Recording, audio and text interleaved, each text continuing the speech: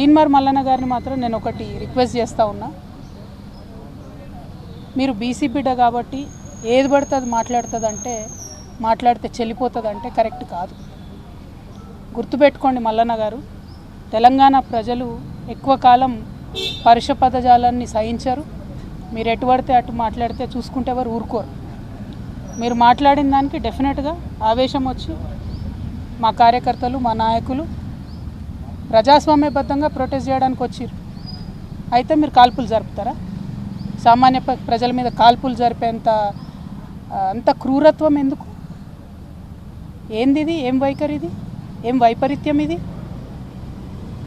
ఎందుకోసం చేస్తున్నారు ఇట్లా మీరు? అంటే ఒక ఆడబిడ్డను ఎంత మాట పడితే అంత మాట అనేసి ఇది తెలంగాణ పదజాలం ఇట్లనే ఉంటుంది గట్లనే ఉంటుంది అని అంటే ఇది మీ టీవీ కాదు, మీరు మేకప్ వేసుకొని వేసే డ్రామా కాదు. ఇది రాజకీయము, ఇది ప్రజాస్వామ్యము. ఇందులో అనేక మంది ప్రజల యొక్క జీవితాలు ముడిపడి ఉన్నాయి. తెలంగాణ జాగృతి ఎన్నో కార్యక్రమాలు చేసింది, అందులో బీసీ ఉద్యమం ఒక భాగం మాత్రమే.